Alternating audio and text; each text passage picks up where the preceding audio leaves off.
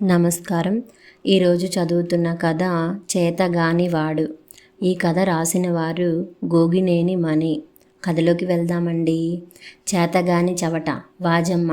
ఆ మాటలు వరమ్మ నోటి నుండి రాకపోయినా తల్లి తన వైపు నిరసనగా చూసిన చూపు నుండి పాండుకి మాత్రం వినిపించాయి. నిట్టూరుస్తూ ఒక్క క్షణం అలాగే నిలబడిపోయాడు. కొడుకు రాక కోసం ఎదురుచూస్తూ అప్పటి వరకు ఇంటి గుమ్మం ముందే కూర్చుని ఉన్న వరమ్మ లేచి లోపలికి అడుగు పెడుతూ కొడుకుతో, అలా రాట్లా అక్కడే నిలబడిపోయావే, లోపలికెడువు అంది కొంచెం విసురుగా. లోపలికి వచ్చిన పాండు తల్లి కోపాన్ని పోగొట్టాలనే ఉద్దేశంతో, ఆకలిగా ఉందమ్మా, అన్నం పెట్టుద్దు అన్నాడు గోముగా. వరమ్మలో కోపం ఇంకొంచెం పెరిగిందే గాని తగ్గలేదు. బోండం బాబుని బాగా మోసి అలిసిపోయావు కాబోలు అని ఆమె అంటుంటే మధ్యలో అడ్డం వచ్చి, పాండు, నువ్వలా అంటున్నావేంటమ్మా? లావుగా ఉంటాడని పిల్లలు అలా ఎక్కిరిస్తూ పిలుస్తారు కానీ వాడి పేరు బోసుబాబు అన్నాడు కొంచెం కినుకుగా. అవునా, ఇది తెలిసిన నీకు పెద్దవాళ్ళతో ఎలా మాట్లాడాలో మాత్రం తెలవదా? మనకి మాట సాయం చేస్తూ మన మంచి కోరే మేనమామతో అలా తలబిరుసుగా మాట్లాడతావా? నాన్న చుట్టాలకే కాదు, ఊరి వాళ్ళు ఏ సాయం అడిగినా చేసేవాడా? అందుకేగా మంచోడనే పేరు తెచ్చుకున్నాడు. జబ్బు చేసి చనిపోయిన నాన్నని మావయ్య ఇప్పటికీ ఎన్నిసార్లు తప్పు పట్టాడో నీకు తెలుసుగా. తన చేతగాని తనాన్ని నాకు వారసత్వంగా ఇచ్చిపోయాడనే అంటుంటే నాకు కష్టం అనిపించి విసురుగానే జవాబు చెప్పాను. నిజమే, నన్నేమన్నా పర్వాలేదు, పట్టించుకోను. నాన్నని అలా అంటుంటే మాత్రం పాండు కంఠం రుద్ధమవటంతో మౌనంగా ఉండిపోయాడు. మాటలు ఆపేసి వరమ్మ పళ్ళెంతో అన్నం తెచ్చి మౌనంగానే కొడుకు ముందు పెట్టింది. వాడు చేయి పెట్టకపోవడం చూసి తను తినకపోవడం వల్లనేనని గ్రహించి తను వడ్డించుకుని వచ్చి కూర్చుంది. భోజనాల తర్వాత పాండు ఏదో చెప్పబోతుంటే ముందు పుస్తకాలు తీసి చదివేడువు అంది. ఆ తర్వాత నిద్రపోయి ఏడుస్తాలే అన్నాడు. పాండు తల్లిని నవ్వించాలని వాడి ఆశ నెరవేరలేదు. తండ్రి చనిపోయినప్పటి నుంచి మూడువారిపోయిన ఆ మోములో చిరునవ్వైనా చిగురించడం వాడు చూడనే లేదు. పాండు నిట్టూరుస్తూ పుస్తకాలు తెరిచాడు. గోడకి చేరగిలబడి కూర్చున్న వరమ్మకి భర్త రాజయ్య గుర్తు వచ్చాడు. గుండు బరువెక్కగా గట్టిగా నిట్టూర్చింది. రాజయ్య ఉన్నంతకాలం ఆమెకి ఏ విషయంలోనూ చీకు చింత ఉండేది కాదు. ఉన్నంతలో ఏ లోటు రానివ్వకుండా చూసుకునేవాడు. ఉన్న కొద్దిపాటి భూమిలో కూరగాయలు సాగు చేస్తూ రాజయ్య పై పనులకు వెళ్ళేవాడు. ఆ పైన పచ్చగడ్డి అమ్మకము ఎంతో కొంత ఆదాయాన్ని తెచ్చిపెట్టేది. ఏదో తెలియని జబ్బుతో రాజయ్య అకాల మరణం చెందాక వరమ్మ మీదే సంసార భారమంతా పడింది. ఒక్కడే కొడుకు కాబట్టి ఉన్న ఊళ్ళో అప్పటికి చదువు సాగిస్తున్నాడు. ఉంటున్న తాటాకుల పాకకి కొంచెం గట్టి గోడలు నిలబెట్టాలనే కోరికైతే ఉంది కానీ నెరవేరటం లేదు ఆమెకు. ముందు ముందు ఇంకా ఎన్ని విధాలైన ఖర్చులు ఉంటాయో, ఎలా నెట్టుకు రావాలోనని దిగులు ఆమె గుండెల్లో గూడు కొట్టుకుని ఉంటుంది. అన్న అంటున్నట్లుగా తన భర్త కొడుకు పాండుకి తన చేతగానితనాన్నే వారసత్వంగా ఇచ్చిపోయాడా? ఇలాంటి వాడితో తనకి తిప్పలు తప్పవా? నిట్టూర్చింది. రాజయ్య పనులు చేయటమే గాని ఎవరిని ఇంత ఖచ్చితంగా ఇవ్వాల్సిందేనని అడిగేవాడు కాదు. తను ఒకసారి చిరాకు పడింది కూడా. కష్టానికి తగ్గ ప్రతిఫలం ముక్కుపిండి వసూలు చేసుకోవాలి కానీ చేతగాని వాడిలా ఎంత ఇస్తే అంత తీసుకుంటావేమిటయ్యా అని.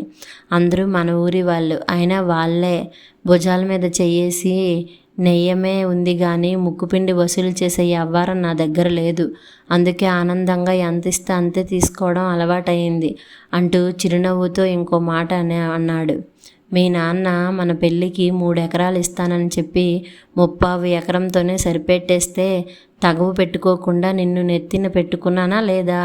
అబ్బో, ఏమో అనుకున్నాను కానీ నీకు మాటలతో మెత్తగా వాతలు పెట్టడం వచ్చినే అంటూ కోపంగా చూడాలనుకుంది. కానీ వీలు కాక నవ్వేసింది. అవును మరి, అతను తనను పువ్వుల్లో పెట్టినట్లుగా చూసే మాట నిజమే, కాదనటానికి లేదు. అంత మంచి మనిషిని తోడుగా ఇచ్చినట్లే ఇచ్చి ఆ భగవంతుడు తన దగ్గరికి తీసుకెళ్ళిపోవటానికి తొందరపడ్డాడెందుకో మరి. తన అదృష్టం అలా ఉంది. కొడుకైనా ప్రయోజకుడయ్యే సూచనలు కనిపించటం లేదు. ఇప్పటికీ చిన్నవాడే కానీ చేతగాని లక్షణాలు స్పష్టంగా కనిపిస్తున్నాయి అంటాడు కొడుకు గురించి అన్నగారు. అందుకు కారణాలు ఉన్నాయి. తమ దూరపు బంధువు కామయ్య తన ఆవును తమ పచ్చగడ్డి మడిలోకి తోలి తేరగా మేత ఖర్చు తప్పించుకుంటున్నాడనే విషయాన్ని తమ చెవిని వేసి అతనికి తగిన శాస్తి చేసే పనిని పాండుకి పురమాయించాడు. వాడు చిన్నతనంలోనే కర్రసాం నేర్చుకొని గురి తప్పకుండా ఒడుపుగా కర్ర విసిరే నైపుణ్యం సంపాదించాడు. అంతేకాదు పరుగు పెట్టాడంటే చువ్వలా దూసుకుపోతూ ఎంత దూరమైన చిటికలో చేరగలగడం కూడా అతనికి అలవడిన విద్యే. అయితే పాండు మేనమామ చెప్పినట్లుగా కాకుండా పూర్తి వ్యతిరేకంగా ఆ పని చేశాడు. గురి చూసి ఆవు కాళ్ళిరగొట్టకుండా దాన్ని బయటకు అదిలించి వాళ్ళ ఇంటి దగ్గర ఓ పచ్చగడ్డి మోపు వేసి కామయ్య తల్లికి, మీ ఆవు రోజు వచ్చి మా మడిలోని గడ్డి మేసొస్తోందమ్మా, పాలిచ్చే ఆవుకి కడుపు నిండా తిండి పెట్టాలి కదమ్మా అని చెప్పి వచ్చాడు. ఆ తర్వాత తల్లితో, కామయ్యకి శాస్తి చేయడానికి నోరు లేని జీవి కాళ్ళు విరగ్గొట్టడం ఏమిటమ్మా, పాలిచ్చే ఆవును లేవకుండా చేసి వాళ్ళని శిక్షించడం కంటే ఇలా చేసినా సరిపోతుందనిపించింది మరి అన్నాడు. వరమ్మ ఏం మాట్లాడలేకపోయినా భూమన్న మాత్రం పాండు మీద, ఇంత చేతగాని వాడివేంట్రా అంటూ అరిచాడు. పాండు రోజు బడి నుంచి వచ్చాక 4-5 మోపుల గడ్డి కొందరికి వాడుకగా వేస్తుంటాడు. అలాంటిది కామయ్యకి ఉచితంగా ఇచ్చి రావటం అతనికి బుద్ధి చెప్పినట్లెలా అవుతోందో భూమన్నకి అంతుబట్టలేదు. అందుకే పాండుని కోప్పడ్డాడు. ఆ రోజు తల్లికి సంతోషం కలిగించాలనే పాండు గట్టిగా అనుకున్నాడు. అందివచ్చిన అవకాశాన్ని ఉపయోగించుకొని ఇంటికి సిమెంట్ గోడలు లేపి తల్లి కోరిక తీర్చి ఆనందం కలిగించాలనుకున్నాడు. అంతకుముందు 10 రోజుల క్రితం స్కూల్లో జరిగే పరుగు పందాల పోటీలో పాండు తన పేరు ఇచ్చాడు. ఎవరో ఆ ఊరి వాళ్ళే తమ బంధువుల పేరు మీద 10th క్లాస్ పిల్లలకి పరుగు పందెం నిర్వహించి 10,000 రూపాయల అవార్డు ప్రకటించి ఇస్తూ ఉండటం జరుగుతోంది. ఆ సంవత్సరం పాండు పేరు వచ్చాక ఇక మిగతా పిల్లలు ఎవరూ ముందుకు రాలేదు. ఒక్క బోసుబాబు అనే కుర్రాడు మాత్రం ఇచ్చాడు. దాంతో పాండుకి ఆ బహుమతి వస్తుందని అందరూ అనుకున్నారు. అందుకే ఆ వార్త కోసం ఎదురు చూస్తూ కూర్చున్న వరమ్మకి అన్నగారు భూమన్న వచ్చి తమ అంచనా తప్పిందని, బోసుబాబే గెలిచాడని వార్త ఆమె చెవిన వేసి యథాప్రకారం పాండుని 4 మాటలని అతను వెళ్ళిపోయాడు. కొడుకు గురించి అన్నగారు అన్న మాటలు గుర్తుకు రాగానే వరమ్మ కళ్ళు చెమర్చాయి. కళ్ళు తుడుచుకుంటున్న తల్లి దగ్గరికి వచ్చి, ఎందుకమ్మా ఏడుస్తున్నావు అంటూ ఆరా తీశాడు పాండు. మన నొసట ఆ దేవుడు ఏడుపే రాసి పెట్టినప్పుడు ఏడవటం తప్ప ఇంకేం చేయగలం? కోపంగా ఉన్న వరమ్మ నిష్ఠూరంగా అంది. పాండు చిరునవ్వుతో చూశాడు. అందుకేనా నువ్వు ప్రతి మాటకి ఏడు అని కలిసి చెబుతుంటావు? అయినా దేవుడు ఎప్పుడు ఎవరి నుదుట అలా రాయడమ్మా. ఒకవేళ రాసినా కానీ మనం నవ్వుతూ బతికేసి ఆ రాతను మనం వమ్ము చేసేద్దాం, సరేనా?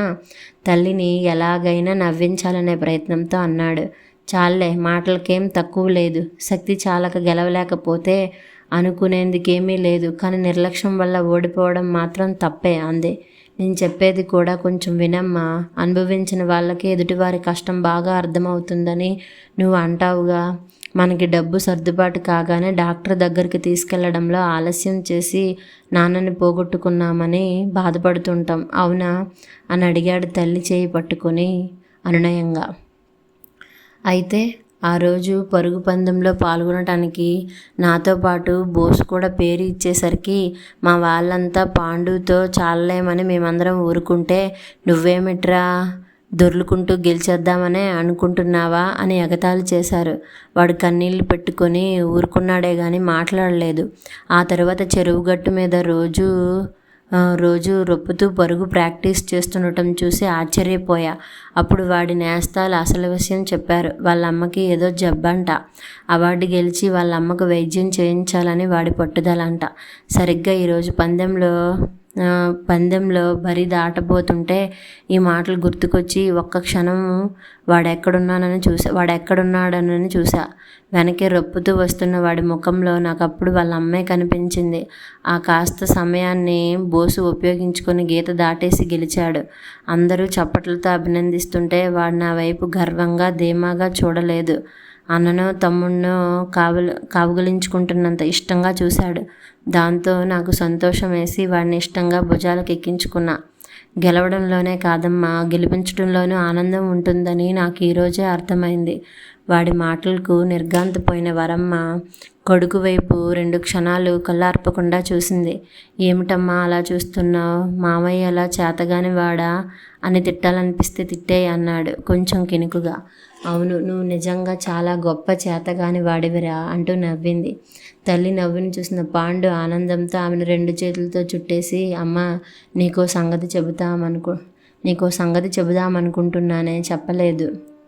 కామయ్య అమ్మగారు అతనిని ఏం మందలించారో తెలియదు కానీ కామయ్య నాతో, మాకు కూడా ఓ మోపు పచ్చగడ్డి వేస్తుండురా, డబ్బు ముందుగానే ఇచ్చేస్తా అన్నాడు తెలుసా. నేనే వద్దన్నాను. అమ్మకు చెప్పి నెలాఖరికే తీసుకుంటానని అన్నాడు. పగతో కాకుండా ప్రేమతోనూ మార్పు సాధించగలమనే విషయం ఇంత చిన్న వయసులోనే నీకెలా తెలిసిందిరా?